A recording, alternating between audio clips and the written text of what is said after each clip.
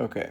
I should mention too on my AWOL, I need to close out that series of videos where I kept having the weird artifacts show up. Um, Incredibly consistent. They were all shaped the same way.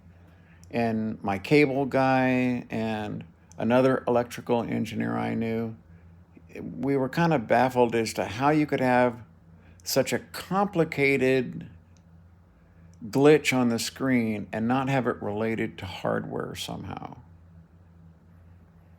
And I tried every single combination that I could. I had it recorded on my DirecTV DVR, and it was bad on some channels, but not like it was in Formula One. Your eye was constantly being drawn to it because it was so brilliant on the screen.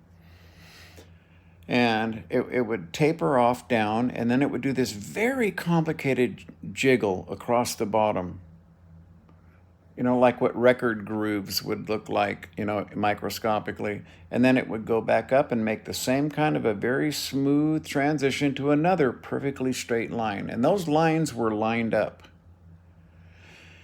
And it was always the same defect. And it was predictable. The little battery shape, it was always predictable. It was always in exactly the same place. It happened mostly when I watched international recordings and watching Formula One. And I just kept going. I tried everything that I could to get rid of it, including playing it on this TV and then playing it on another TV. Through both Roku boxes, through both connections on the DirecTV, which are both cables. Man, just nothing. It wouldn't show up in anything but the projector. And so that would take me back to the projector. So I went satellite box, projector, switch,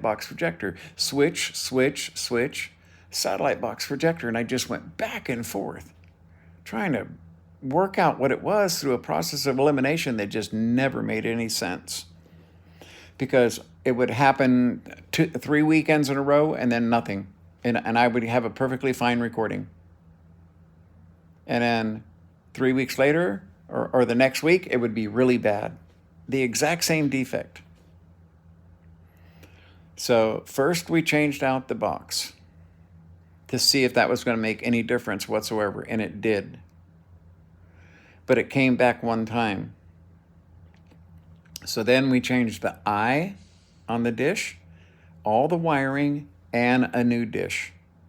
So it's brand new from the eye all the way over here to the DirecTV box. And last weekend, watching Formula One was a beautiful picture, and I haven't seen that defect on any other shows or programs. So that was obviously not my projector.